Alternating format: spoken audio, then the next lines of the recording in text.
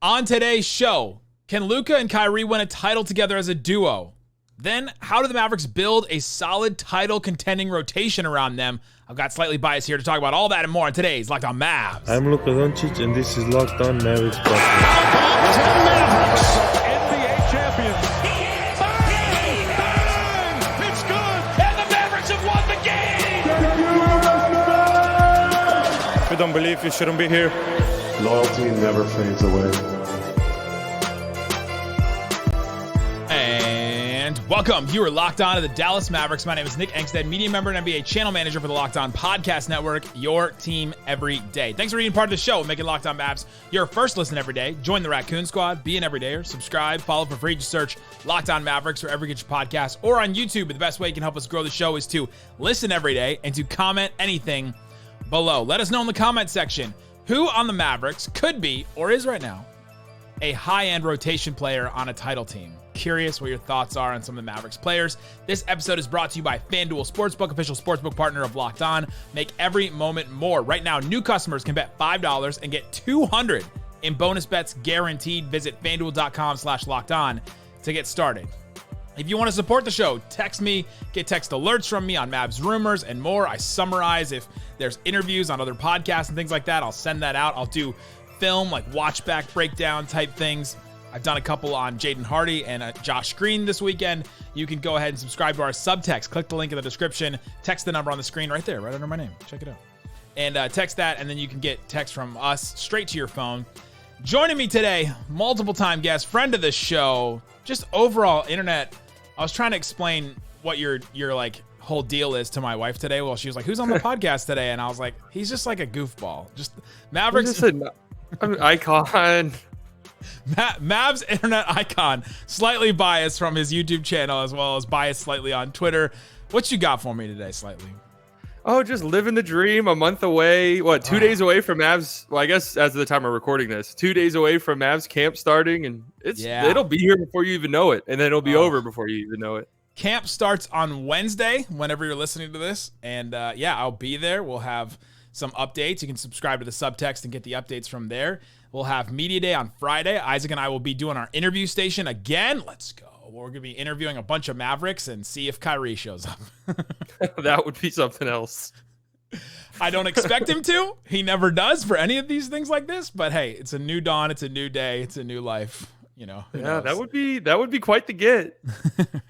So, but today though, I want to ask some questions about the Mavericks in this upcoming season to Slightly, and then I want to ask to start. Let's start with this. Do you have any concerns about Luka and Kyrie as a duo that can win a title as the two best players? Let's start there, and then we'll get into the rotation. On the court, absolutely zero concerns on my end. I was very vocal about wanting the trade to happen before it did. Like last summer, I was like, we should kick the tires on Kyrie because they're, the rumblings are like Kyrie demanded the trade last summer from the Nets. I was like, we need to kick the tires on that. That makes a lot of sense, especially after losing Brunson. And then when it was reported he was going to get traded before the deadline, I was very, very adamant that they needed to do it just because we've seen Kyrie win a championship already as a number two. Kyrie, his whole career, really, outside of the first few years in Cleveland and then, I guess year one in Boston, because year two Tatum was already kind of the guy by that second year.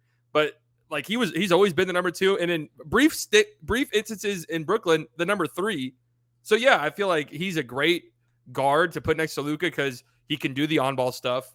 Luka can, rest, take possessions off offensively, which is something that the Mavs really need to figure out how to do, and Luka needs to figure out how to do as well. The LeBron coasting in the middle of the game type of thing that LeBron's mastered over. He does that on defense.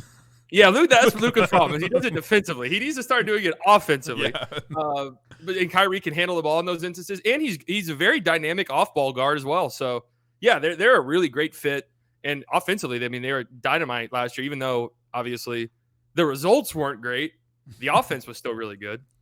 So I believe in them. I have a couple concerns based on defense, but it was built on my like previous knowledge of just looking through. All right, you've got to have at least one of your elite or top 3 or top 2 players had to be a two-way player. You're like, all right, they've got to give you positive defense and positive offense. You look back at the Warriors run. You've got Draymond and Clay that had been really good defenders. You look at the Bucks, the Lakers with AD and LeBron. You look at the Raptors with Kawhi. You look at Cleveland with, I guess, LeBron again, right? Like these teams that we've seen recently that have won. And then last year, Jokic comes in and is like, hey, I'm just going to be decent defensively, and we're still going to – and Murray's going to be decent defensively too, and we're still going to win. Like, I think that the NBA is so spread out and the parity is so – like the talent is so spread out right now that you can get away – maybe not get away, but that you can win with two guys like this in Luka and Kyrie. You just got to build the right team around them. And it's just got to be – you just have less of a margin for error because those two guys are only – offense. You've got to bring in a bunch of defenders and figure out who your rotation is around those guys and get some of those elite defenders that I'm not sure that the Mavericks have right now. We'll get into that in a little bit. But I feel like offensively, I'm not worried about it at all. All the stuff last year where they couldn't figure it out in the clutch and your turn, my turn, like couldn't figure out that. They'll figure that out. Like they're both too smart to not make that work. And their offense was really freaking good anyway. Yeah. And the clutch stuff, I've mentioned this all offseason, that stuff fluctuates a lot. And a lot of times, when you're that bad in the clutch, there is something wrong. You're doing something incorrectly. But a lot of times that stuff is very luck driven. Like if this shot bounces our way or this one shot, like it misses and doesn't rim in, then we win that game. And you give the Mavs like 4. How many? They played more close games than anybody last year. You give the Mavs 55. Like 4 of those wins. They're in the playoffs all of a sudden. It's like a completely different vibe going into the offseason. So that's why I think the Mavs will be better. Going back, the defensive stuff, listen, it's not a popular opinion. It has to be said.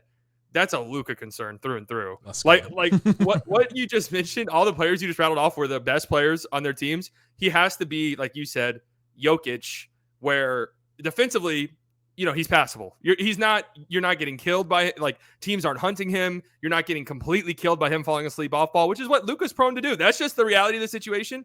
And when he's locked in, we saw it after the first 2 games of that Sun series. He was completely and totally fine the rest of the way. And the Mavericks went on to win 4 of the next 5 games in that series. And that's just, he needs to get to a place where defensively, and a lot of it is offensively too, which is why having Kyrie's nice. He can take possessions off, and he's a little bit more locked in defensively. That's the hope. Well, I'll take it a step further. At the end of this past season, I was so broken. Like after doing the post games of the Hornets games, like those losses, I was like, it can't be this bad. Like Luka's defense can't be this bad. Everybody's just crapping on him all over the place, and you're just like, you can't find anything positive. People are saying, "Oh, this is why him and Trae Young are the same." Like going back, and I'm like, that just wasn't. That wasn't what it was a year removed from that Western Conference Finals run. So I went back and I looked through some of our episodes just to see what our narrative was or what I was seeing when I was watching Luka. We had an episode. Isaac and I had an episode titled "Is Luka an underrated defender?" because he was playing defense so well. He has the Dirk like smack down where it's like they count it as a block, but it's really like a steal kind of thing. Like he has that down. He's smart. He's big. You can't push him off his spot. He's just got to be bought in. And he's just got to know where to go. He doesn't have the athleticism to gamble on kind of anything and then recover well enough. So he's just got to be locked in mentally. And he just wasn't at all last year, which is what made him really bad. But he can be good. And if I do say so myself, he could be an underrated defender and like be a solid defender at his spot. No, yeah, like you said, he's smart. He's too smart. And if you watch Luka, and just because I was doing this, I was working on something for the World Cup and then just threw it away. But I was watching his defense, and there was times in the World Cup where he was locked in the whole game. He wasn't getting killed on back cuts. He was putting a body on a guy. When the other team shot a 3, he put a body on his guy so he didn't get killed on a putback, which is a big problem he has. It's just like whenever he's not locked in, it's off ball where he is horrible. Yeah. Like when he's on ball, he's big. Like you said, he's big, he's strong. He's got a 7'1", 7'2" wingspan, whatever. Every time I look it up, I'm like shocked at Luka's wingspan. Like this guy, like he's got a freakishly long wingspan. Are you looking it up right now? Yeah, there's one site that says 7'2". Yeah, 7'2". That is a very long wingspan. Like you could be a nuisance defensively on ball with just those physicals alone, despite the fact that you're not like the quickest guy. I love these sites when I search Luka's wingspan. It's like Sportskeeda, crafted NBA. I'm like dunk or 3. Like where are you getting this information? Yeah, they always have like all the personal information too. It's like I just want to know what his wingspan is. Yeah, like I don't care what. What happened to as good Draft as David Express? is. Draft Express died, and that was where I went all the time for Wingspan. Draft Express died? Well, it was Mike Schmitz and Gavoni, and then they got hired by ESPN, and then it kind of went away. And then Schmitz got hired by the Blazers, so kind of even. I think they still do stuff, but it's not like the place to go to where you want to find Wingspan measurables and all that. But if a guy doesn't go to the combine, but anyway, Luka, like it's just it's what makes it so frustrating, and why I can get a little frustrated at him is because it's just he's too smart to be getting beat all the time off ball like he does. But if he locks in, he can be totally fine. And I think, and Kyrie too is not a great defender, but he can be solid.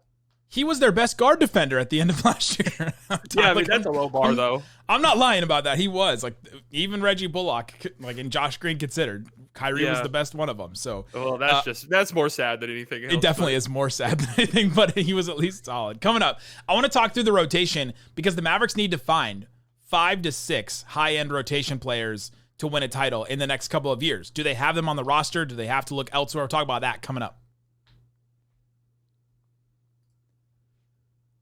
But before we do, let me tell you about FanDuel. FanDuel Sportsbook has you covered with all kinds of props and odds. They've got NFL stuff going all the time. The finals odds for the Mavericks right now. Oh boy, take a walk down this run with me. These are their top teams to win the finals this year: Celtics, Nuggets, Bucks, Suns, Heat, Lakers, Warriors, Sixers, Cavs, Clippers, then the Mavericks plus 2,400. You can get those odds right now. If you believe the Mavericks do have the rotation players and the stars to win a title, go ahead and put some money down on that. They've got all kinds of other stuff as well. You can go to FanDuel.com/LockedOn today. New customers can bet $5 and get $200 in bonus bets. Right now, again, that's $200 in bonus bets that you can use all throughout the site. Go to FanDuel.com/LockedOn. Find NFL, NBA, and all that and more. My first shot, my first make. Thanks, everybody, for hanging out with us on Locked On Mavs, being part of the show, part of the Raccoon Squad, being an everydayer. Thanks for hanging out with us. Tomorrow, Reggie Atatula from 105.3 The Fan joins me as Isaac continues his romp around the world, his 10th wedding anniversary. Shout out to him and his wife and all that. Today, though, we got Slightly Biased. He's here. We're talking about the Mavericks. We talked about Luka and Kyrie as a duo that can win a title.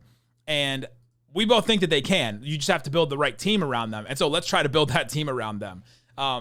I was looking at this for a mailbag question last week. How do the Mavericks get the rotation players to, and who are how many rotation players do they need to win a title? And I started looking back, and like you start looking through teams, and they need 6 to 7 total, like rotation players. The Nuggets last year had 7. You look back at the Warriors the year before, I think they had, what was it? The Nuggets had 6. The Warriors had 6. Milwaukee had like 6.5 with like Portis and Pat Connaughton. The Lakers had 7 plus like Markieff and Dwight Howard. Like they had a bunch of dudes. Yeah, they were deep. Toronto had 8 when they won with Kawhi. And so you look like you got to have at least 6 to 7 high-end rotation players to win a title. And so if we count Luka and Kyrie, you got 2. You got 2 to start. Where do we get the rest of them? Let's start with this. Are there any on the team right now? I think Grant Williams for sure. I mean, he was a high rotation guy on a team that went to the finals. I don't like Joe Mazzulla's minutes with him last postseason was so puzzling, weird. Super puzzling. But he fits the mold as a very versatile defender. He'll shoot, he'll knock down shots. He's not scared of that moment. He'll guard the other team's best player if needed, and I think he definitely fits the mold of a rotational guy. The thing Outside about of him, the thing about we'll stay with Grant Williams here. The thing about him though that I kind of I'm looking at is they need high end rotation players, right? And we know that he can be a rotation player. He can definitely be. He was literally in the finals, and so we know he can. But the difference between him being like a KCP or an Aaron Gordon, like that's what the Mavericks need to answer probably this year and next year is can he be that guy, or do they need to add a couple more guys that can be in that role? Because right now he's like, well, Jason Kidd said it the other day. He's in the big group, right? Like he's in quote unquote the big group of him, Luka, and Kyrie. So he's like a guaranteed starter at this point. Is he the Mavs' third best player? Like, yeesh. Yeah, that's a little bit. I'll say this about Grant Williams that I was thinking about earlier today, and I like it. Like, Kidd was talking about it when he was talking with Mark Stein this past weekend about how like he's a vocal guy defensively, And that fits that's like kind of what the Mavs were really missing last year. They didn't have an on-court coach defensively, especially after they traded away Dorian Finney-Smith, because I feel like he was kind of that guy. And I feel like Grant Williams can be, I don't want to say the Aaron Gordon of this Mavericks team, because Aaron Gordon is just an incredible defender, but like, can he be the on-court quarterback pretty much of the defense? Can he tell guys where they need to go? Can he be the vocal leader? And if so, then yes, I think he's definitely could be a high-end rotational player for a deep Mavericks run. But I'm sure we're going to get to some of these other names, and it gets a little bit spooky. It gets dicey. We start to project, right? Like the ones down the list, we start to project forward, and we know that this team is not going to win a title this year, right? I think you and I can both agree that FanDuel is right, that they're like 12th or 13th down the list of teams. That's higher than I would have put them. Like, really? They're higher than the Grizzlies. Did you mention the Grizzlies? Let's see. Are they ahead of the Grizzlies? No, yeah, they're right before the Grizzlies, the Pelicans, the Kings, the Knicks, the Hawks, Timberwolves, Raptors. Those are the teams after them. That's pretty interesting. You get a little Luka bump with that's the, true. The that's very betting true. odds there for FanDuel.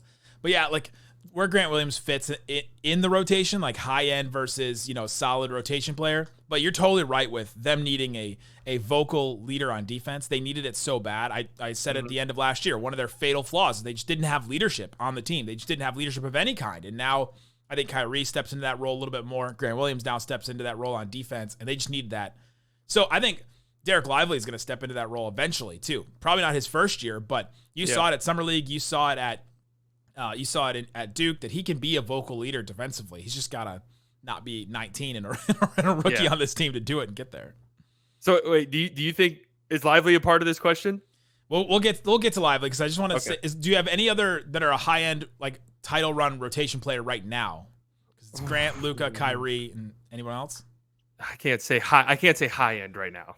I'll stand Maxey still. I know this has been the podcast that has been way too high on Maxey for a long time. We were like, no, we wouldn't trade Maxey for Lauri Markkanen, even though that wasn't even a real trade. Yeah. But like, I still think he can. And you're right. He's not the high end. He's not one of your starters, but he could be your, Jeff Green off the bench, right? Like for that sure. was the role that Jeff Green played for the Nuggets. He was part of their 7-man rotation. Then, Maxey can definitely play that role, the role that, some of the other players have played, that he can do that. And I still believe that he can be part of that, like high-end-ish. Yeah, I definitely, and anybody who doesn't think that should probably go back and rewatch the 2020, was that 2022? 2022 Western Conference Finals. It was so long ago. I forgot the year. He was instrumental in that team, like beating Utah. Like he was really good in the Utah series. So I definitely think he can be a rotational playoff guy. Yeah, for sure. Yeah, he can give me 20 really good minutes. Yeah, I'm in a cool with playoff that. game, which is great. Which is, I guess, not high end. So if you're talking about your guys that can give you 30, I don't think Maxey would be that guy. Yeah, no, of course not. But he can give you 20 minutes for sure. That's valuable though. Okay, anyone else that fits that fits that role or gets close to it? I go back and forth with Tim Hardaway. Mostly fourth because of his defense. But if I'm going to give Luka a pass for last year, do I give Tim Hardaway a pass for last year too with his defense? Because he just didn't seem to be there. Yeah, I mean, he in that series against the Clippers when he was last healthy in the playoffs, he was very big for the Mavericks. Second leading scorer, even with Porzingis. Yeah, he was light. The games that he shoots while they win, it feels like almost always. Yeah. But man, that's a hard guy to project, being a big playoff minute guy. And not just like a guy where it's like, okay, we need shooting. Tim, you need to be playing more. Like, is he a consistent, no matter what, Tim's getting 25 minutes a night? Probably not. The problem with him, the biggest problem with Tim Hardaway being that kind of player for the Mavericks is that Luka and Kyrie are their two best players. Like, you just can't play all three of them together. And when you're going on a title run or a finals run or any kind of playoff game, really, like you'd have to play all three of them together at some point if anyone's going to get big minutes. So for that reason, like Tim is out. And then you look at like Seth Curry, and I think Seth Curry is out because of that too. Yeah, because of defense and size. Like maybe you could do Kyrie, like when Kyrie's out, Seth plays in a playoff game, but I mean that's just really hard, and that's what limits you when you have Luka and Kyrie as your two best players. I mean, when was the last time Seth got any like real playoff minutes? I think Seth's a really nice piece to have, just because he can, sort of. I still feel like he's a Tim Hardaway Jr. replacement at some point. That's just the vibes I get, to be honest with you. Well, Seth was on the court when Luka hit that shot against the Clippers. So, that's true. That's true. I'm looking at it right now. I'm looking at it right now. 28 minutes a game in the bubble for the Mavs. And then he had played 31 minutes a game on that Philly team that just forgot how to play basketball against the Hawks. But that's the team he could play with, right? You got Embiid, you've got Ben Simmons at his I guess you would call it his peak, because he just fell off completely fell off after that. Yeah, but that's true. That's where his peak was. So you have that sort of defense built in around, and you're playing against, the Trae Young, Kevin Huerter. Like he can run around with some of those guys. But yeah. And then even in the bubble, Luka, and then it was next to KP too before KP got hurt. So that his fit made more sense on that team getting extended minutes than this current roster. So then coming up, let's talk about Omax, Jaden Hardy, Dereck Lively. Can any of those guys be a high-end rotation player on a finals team in the next couple of years even? Let's talk about that coming up. Shut it down! Let's go home! All right, Slightly, let's get into this next part. We talked about, do the Mavericks have high-end rotation players that could be in a finals? We kind of named 3.5. Luka, Kyrie, Grant Williams, and then maybe Maxey. They've got to find 3 or 4 more. And so where can they get those guys? Let's start with Josh Green, because we haven't done Josh Green yet. It was interesting to me to hear Jason Kidd mention the big group of Luka, Kyrie, and Grant Williams, and Josh Green was not in it at all. And basically say Josh and Omax are up for a starting role with the Mavericks right now. What do you think about Josh, let's say this year, and then when can he be one of those playoff rotation players? Well, I definitely don't think Josh has just earned a starting spot immediately. So I actually do kind of like that. Just because Omax, he looked great in Summer League, and his role, what he does, fits like a glove next to Luka and Kyrie. So yeah, I don't mind that at all. Josh Green, it's just, you see so many flashes with him, but it's just getting there consistently. It's, the confidence thing. It's if he could just be consistent and just be locked in and confident with his shot, confident with his offensive playmaking ability, which he does have, then yeah, I think he definitely is a guy who can fit into a team that's trying to win and be a rotational guy, just because he is a good point of attack defender.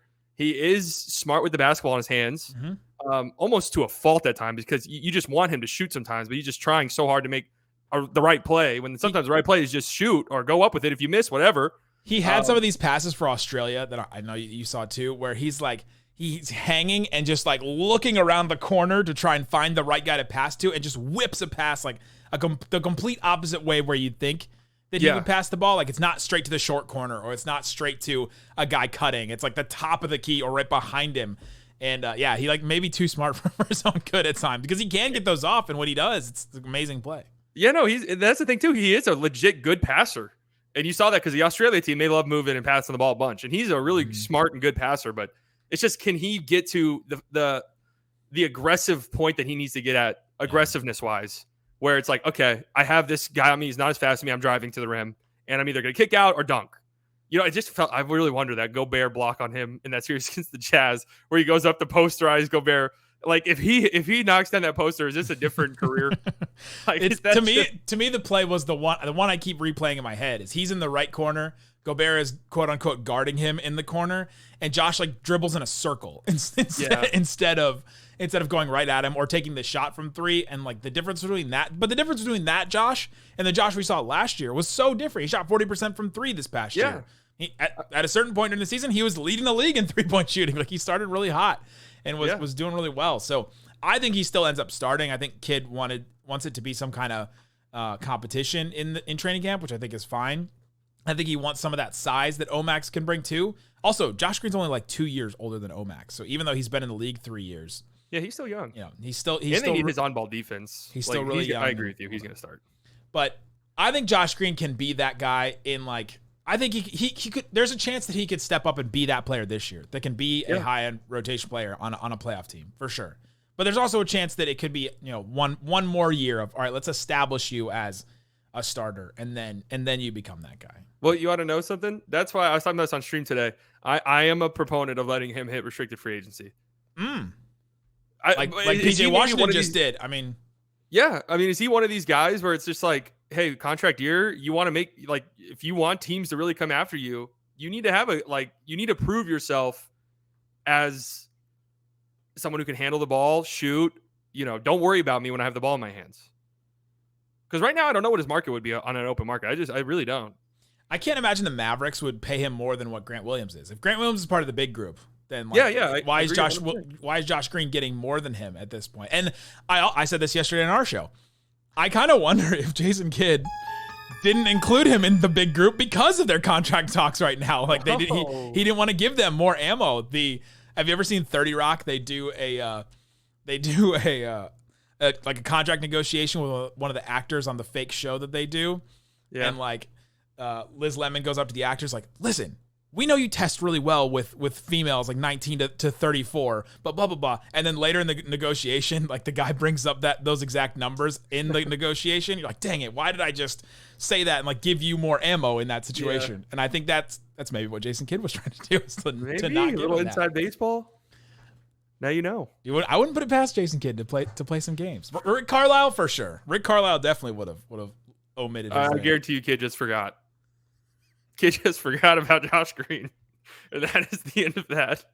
People forget about Frank. Yeah. I can almost guarantee you that's what it was. I'm not playing. I'm watching, just like you guys. And everyone's just running with it on Twitter. And he's like, okay, I honestly just forgot.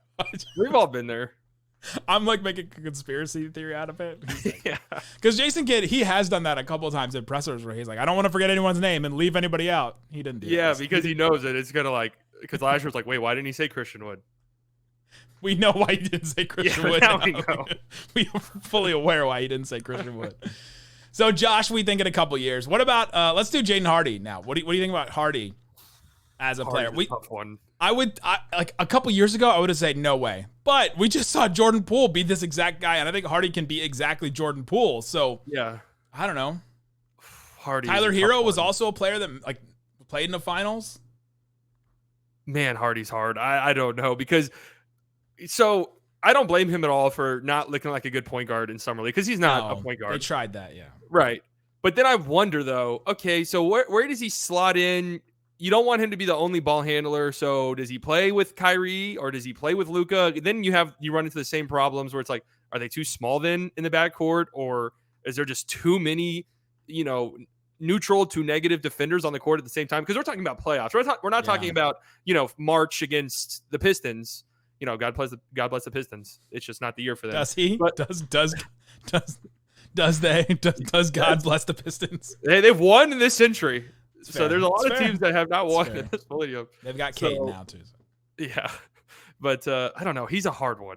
I don't think the team should be banking on him turning into that guy. If he does, great, but that should not be like we need Hardy to turn into this 20-point per game off the bench guy for us to get to the next level. It's all about him defensively, right? Like yeah, it really just because uber talented, man. Because of all the stuff we said about Tim Hardaway and Seth. Like that they can't play with Luka and Kyrie because it's the same with Hardy. Like there's just so many things where last year he just looked so lost, and he was a rookie. You expect that. So yeah, of course, second-round rookie. Can he take any kind of leap defensively? He's got a 6'9" wingspan. He's 6'4" with a 6'9" wingspan. Yeah, so I was just about to say he's bigger than I think people realize. Yeah, he's not like a 6'1" guy. No. So I think he could get that, especially since he was almost as good as Tim last year. No, he's so talented. Like he really is. I hope so, but like I said, they shouldn't be banking on it if that makes sense. Okay, Dereck Lively. Yeah, for sure. I'm a huge believer in him. I think to me, like the thing that stood out about Kidd's comments the other day was that he was like, yeah, in the last couple of weeks he's made strides. Like, and I think even Tim McMahon said that some Mavericks people told him that Dereck Lively's been making strides over just the last couple of weeks after Summer League that they're impressed by. I think he's just a guy that's just he's gonna figure it out so quickly. Mm-hmm. But even as a rookie center, it's hard. So I don't think it won't be this year, but next year, like I wouldn't put it past him to be, oh my gosh, this guy can play 25 minutes on a playoff team. I wouldn't even put it like I agree. That's the most likely outcome. I wouldn't even put it past it being like a Mark Williams or Jalen Duren situation where, it takes him a little bit, but by March, people are like, hey, have you seen like what Lively's been doing? The difference between that and Dereck Lively is those teams won like 22 games. Yeah, I know. But still, those guys were really good.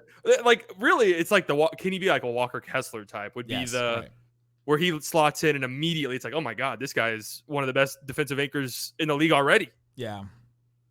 That's a tough one, though. Like you said, it's hard. He's got the tools, 7'1", 7'7" wingspan. He's a freak athlete. He also talked about this summer that he had that calf injury at Duke that he just kept dealing with, and like he's like, I'm going to show everybody now. You shouldn't have let me go this late. He also played next to another 7-footer. Like that's just a whole weird thing at Duke.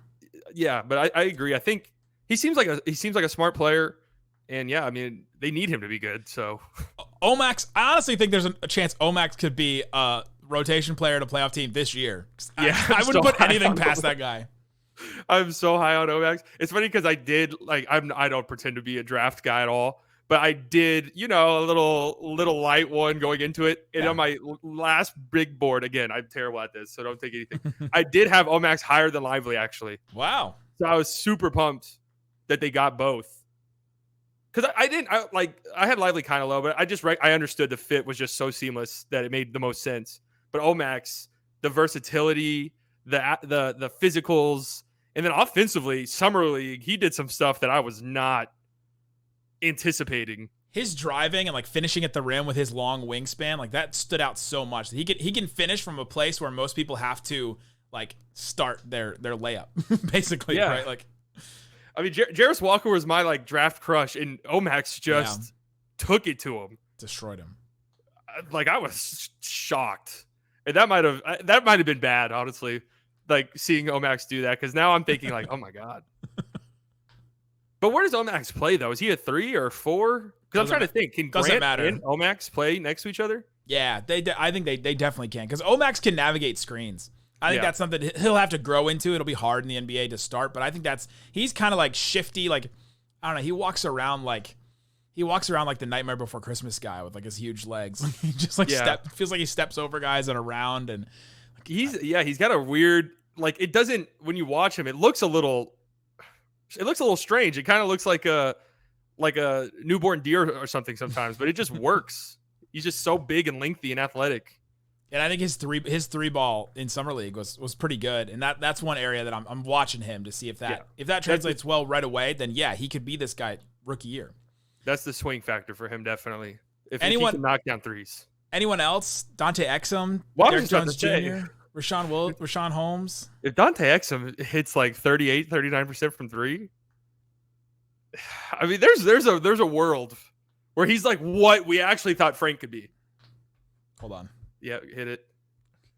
People forget about Frank. But it'll never die. I'll never end it. No, you want to know what I didn't forget about Frank? He was really big in that series against the Suns. He just was. He was. His defense might have shifted the tide of the series.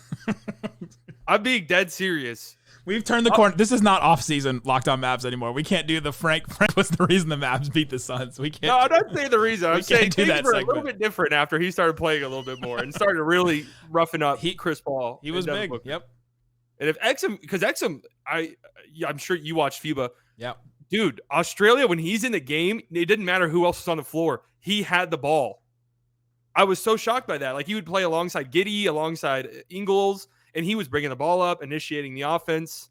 That really shocked me. It was Giddey, Patty Mills, and then it was Dante. Like, those were their only three ball handlers, basically. Ingles did a little bit, but like Dante Exum was their ball handler off the bench. And I forgot, honestly, that he was like a point guard, that he was supposed to come into the NBA and be like this smaller version of Ben Simmons, basically. And that's what the Mavericks need really bad. Like, he's going to break that group of Tim, Curry, and Jaden Hardy. We're going to be like, why is Dante playing more than all three of those guys? And if his three ball hits, like he said, he could be. I could see him as a player right away. But playoff rotation guy, though, I don't know about that. Dereck Jones Jr. is interesting. His is the three-point shot, too. I mean, he shot 33% last year, and we're like, oh, can Dereck Jones Jr. shoot the three? Like, okay, well. I just like his small ball. Whatever the case is, whatever's going to happen this season, the best lineups for the Mavs, I guarantee you, will be something like Dereck Jones Jr. at the 5 or Grant at the 5. Like, they're going to have a really good small ball lineup. We're going to have to deal with small ball again. No rebounding. Yeah. No rebounding. But that's the thing Grant is really good at, actually.